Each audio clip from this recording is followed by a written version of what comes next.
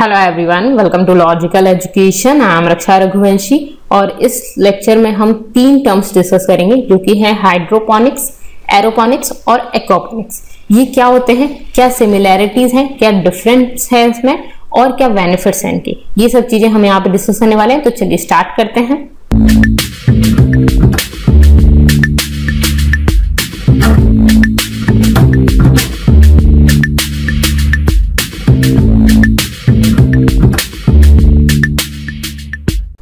आप मुझे Telegram, Instagram और फेसबुक पर फॉलो कर सकते हैं। टेलीग्राम पर आपको मेरे वीडियोस की पीडीएफ मिल जाएंगी, प्लस इंस्टा पर आप मुझसे क्वेश्चंस भी कर सकते हैं। और अगर अभी तक आपने चैनल को सब्सक्राइब नहीं किया तो आप इसको सब्सक्राइब कर लीजिए, जिससे मेरे नेक्स्ट वीडियोस की अपडेट आपके पास आ जाए। चलिए बात करते हैं सबसे पहले हाइड्रोपोनिक्स की। क्या होता है हाइड्रोपोनिक्स?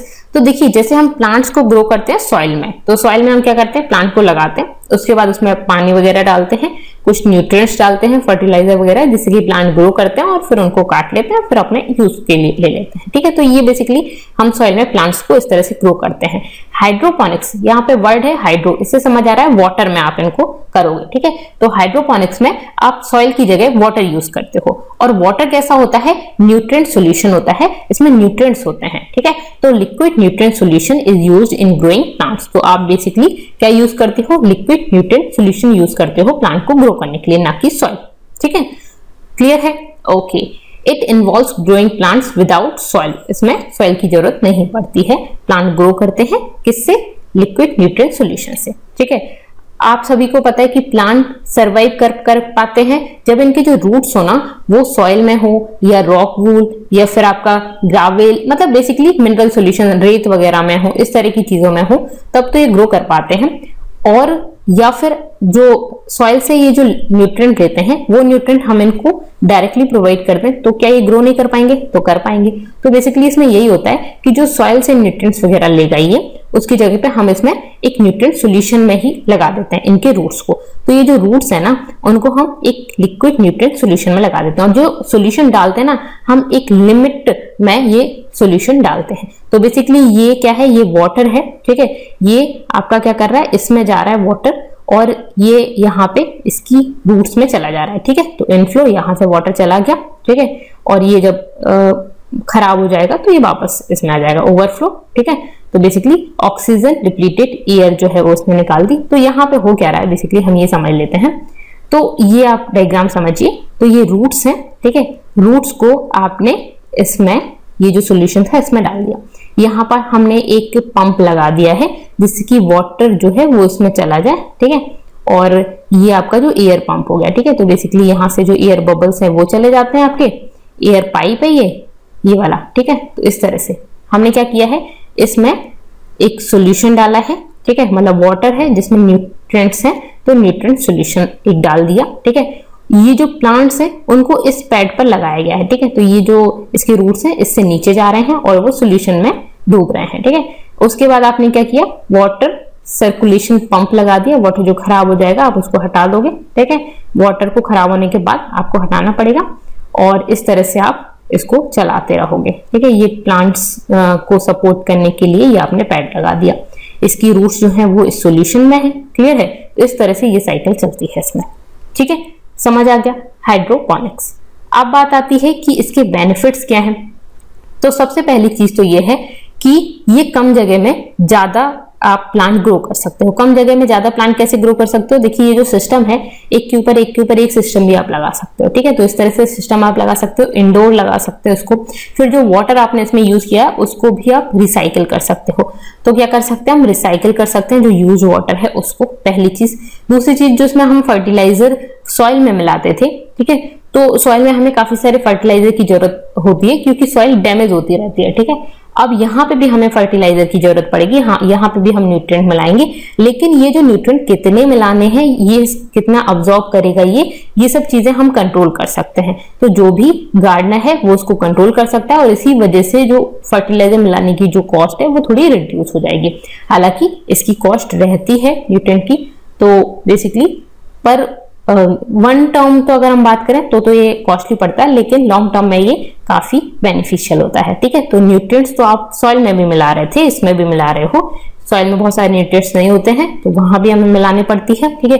किसी में लाइक नाइट्रोजन की कमी है, किसी में किसी और चीज की, तो अगर कमी है तो वहां पे नाइट्रोजन फास्फोरस की कमी के लिए आपको उस तरह का फर्टिलाइजर मिलाना पड़ता है। बट यहाँ पे फर्टिलाइजर की कॉस्ट क्यों रिड्यूस हो रही, क्योंकि इसको हम कंट्रोल कर सकते हैं। ओके, ठीक है। उसके बाद yields of plants are quite high and stable, जो इसकी यील्ड्स होती है, उपज जो होती है वो काफी ज्यादा होती है, तो यहाँ पे हमें बेनिफिट मिल जाएगा। फिर उसके बाद जो कीड़े वगैरह लगते हैं, जो डिसीज होती है, ठीक है, प्लांट्स में जो डिसीज वगैरह होती है वो मेनली किसकी वजह से होती है, सॉइल की वजह से होती है, ठीक है। तो ये सारी जो डिसीजेज हैं वो यूज ऑफ सॉइल की वजह से होती है। अब अगर आप सॉइल यूज नहीं कर रहे हो तो फिर ये जो डिसीज है वो नहीं होंगी या कम होंगी, तो डिसीजेस जो पेट्स और जो डिसीजेस की प्रॉब्लम है वो कम हो जाती है यहाँ पे। ओके, उसके बाद हाइड्रोपोनिक्स में वही सब चीजों की जरूरत पड़ती है जो सॉइल में पड़ती है, क्योंकि ऑब्वियसली आप प्लांट ग्रो कर रहे हो तो प्लांट में तो उन्हीं सब चीजों की वो ग्रो करने के लिए जो जैसे कि सनलाइट लेता है वो लेगा ही, कार्बन डाइऑक्साइड चाहिए होती है, ऑक्सीजन चाहिए होती है, मिनरल्स चाहिए होते हैं, वाटर चाहिए होती है, ये सब चीजें तो चाहिए होती है, तो वो सब चीजें चाहिए होंगी लेकिन डिफरेंट वे में लेगा जैसे कि सॉइल में लेता है। तो सॉइल में क्या करता है, सॉइल से नाइट्रोजन वगैरह जो मिनरल्स वगैरह चाहिए होते हैं वो ले लेता है, ठीक है। कार्बन डाइऑक्साइड हम जो छोड़ते हैं उससे लेता है, सनलाइट तो सन से लेता ही है, ठीक है। तो ये सब चीजें इसमें भी लेता है, वाटर हम डाल ही रहे हैं इसमें, वाटर हम सॉइल में भी डालते हैं, लेकिन डिफरेंट वे में लेता है और प्लांट ग्रो करता है। क्लियर है, ठीक है। अब उसके बाद इसको में सबसे बड़ा फायदा ये है कि आप इसको इंडोर भी लगा सकते हो, सीजन पर ये ज्यादा निर्भर नहीं करती है, ठीक है। तो gardening is not limited by the season और वेदर, तो आप विंटर्स में भी लगा सकते हो, कभी भी लगा सकते हो, मतलब, ठीक है। तो ये फायदा होता है। क्लियर है, तो ये हो गया हाइड्रोपोनिक्स। मतलब बेसिकली क्या है कि सॉइल में ना लगा के आप वाटर में लगा रहे हो और वाटर को रिसाइकिल कर, मतलब उसको रीयूज कर सकते हो आप, और वाटर को चेंज करते रहो और न्यूट्रिएंट्स मिला दो आप उसमें, ठीक है। ओके, उसके बाद नेक्स्ट टर्म आता है एरोपोनिक्स। एरोपोनिक्स ये क्या है, ये उसी तरह का थोड़ा सा डिफरेंट है, जो हाइड्रोपोनिक है उससे थोड़ा सा डिफरेंट है।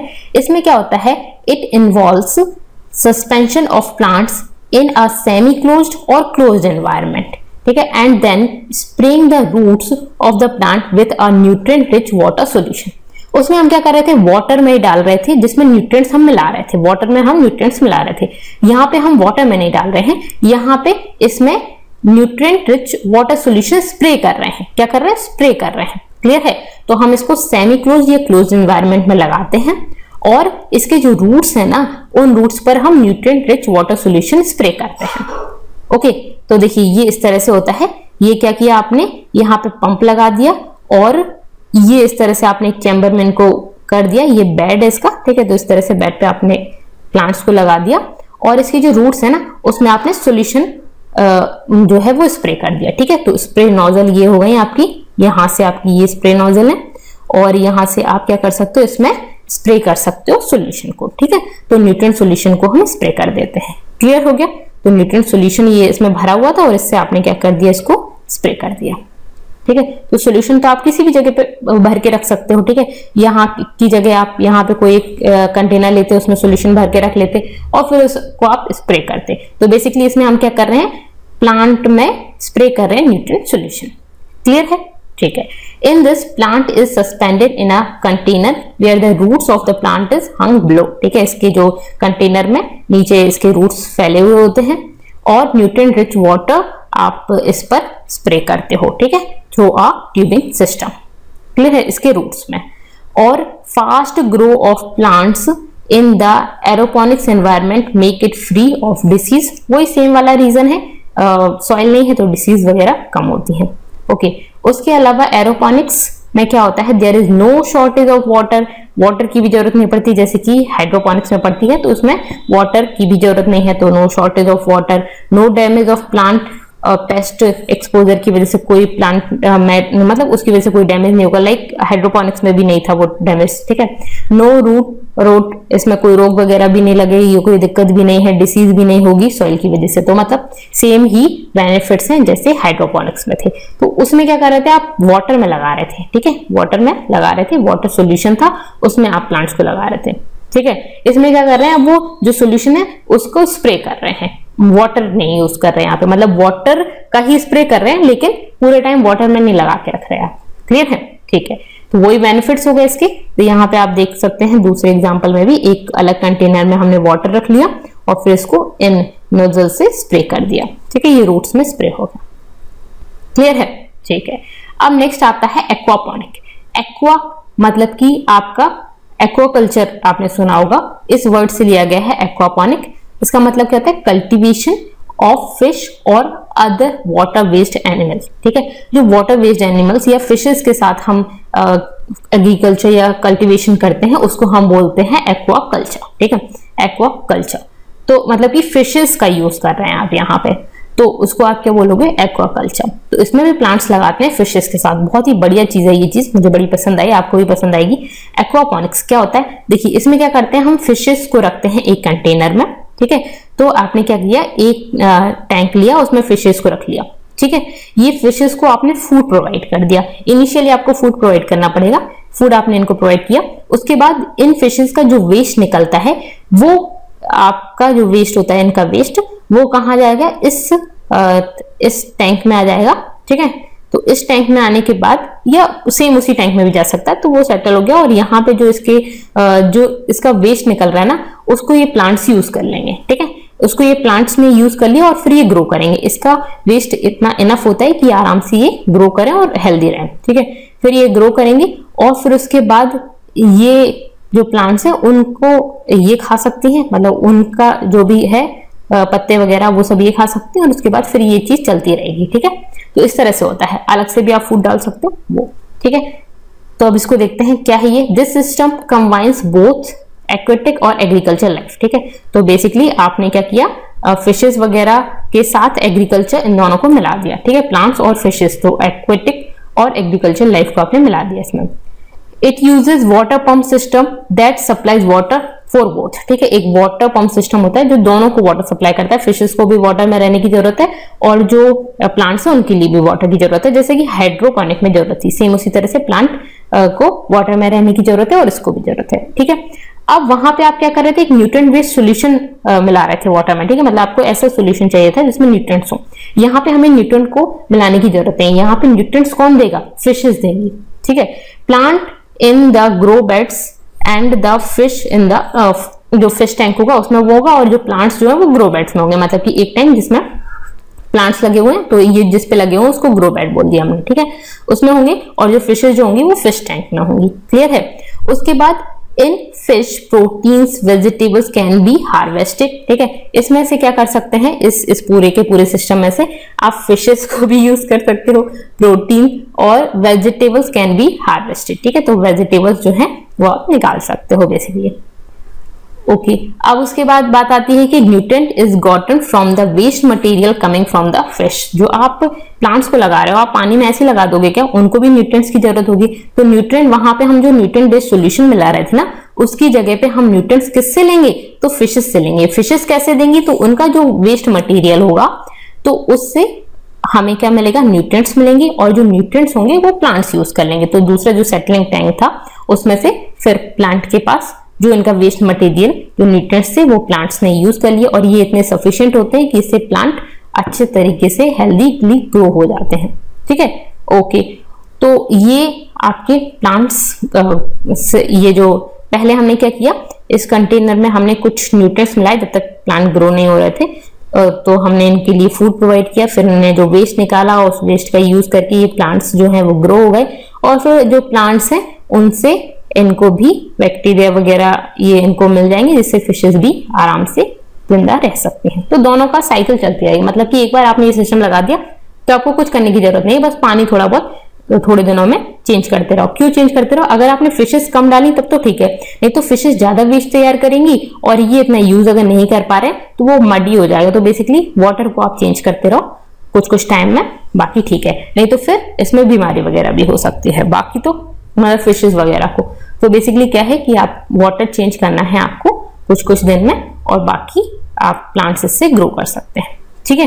तो यहाँ पे क्या हुआ, फिश जो है वो प्रोड्यूस करेंगी essential nutrients from their waste, feed the plants and plant feed the fishes, ठीक है। तो प्लांट जो है वो फिशेस को फीड करेंगे और जो फिशेस है वो प्लांट को फीड करेंगे, तो दोनों एक दूसरे की जो भी जरूरत है उसको पूरा कर रहे हैं। This chain creates a self sufficient environment, और इसकी वजह से सेल्फ सफिशिएंट एनवायरनमेंट क्रिएट होगा और हमें कुछ अलग से न्यूट्रिएंट वगैरह मिलाने की जरूरत नहीं है। ठीक है, okay. For growth and development, development और ग्रोथ के लिए obviously it is convenient and effective because such an environment does not require a lot of space or water. इसमें भी बहुत ज्यादा स्पेस की जरूरत नहीं है, बहुत ज्यादा वाटर की भी जरूरत नहीं है, तो ये सबसे ज्यादा अच्छा है मेरे हिसाब से। तो आपको क्या लगता है, आप अपनी राय जरूर कमेंट में बताइएगा कि इन तीनों में से सबसे अच्छा कौन सा लगा। वैसे तो तीनों ही काफी अच्छे हैं, ठीक है, लेकिन एक्वापॉनिक मुझे ज्यादा पसंद आया। बस इसमें दिक्कत एक ही है कि जो फिशेज हैं उनकी वो मतलब बहुत ज्यादा क्वांटिटी में नहीं होना चाहिए। ऐसा हो गया कि बहुत सारी फिशेज हो गई तो फिर वो वाटर मडी हो जाएगा, बार बार चेंज करना पड़ेगा। ठीक है, कभी उसकी वजह से बीमारियां वगैरह भी हो सकती हैं। ओके, तो ये है। तो यहाँ पे हमने तीनों सिस्टम देखे, तीनों सिस्टम के बेनिफिट भी आपको समझ आ गए। तीनों में डिफरेंस क्या है, तो डिफरेंस ये है कि एक्वापॉनिक में आपने फिशेज यूज की थी, ठीक है, वही वाटर ही था। हाइड्रोपोनिक में आपने फिशेज नहीं यूज की थी, इस वाटर में आपने क्या कर दिया था, न्यूट्रिएंट मिला दिए थे, न्यूट्रिएंट वेस्ट सॉल्यूशन हो गया था।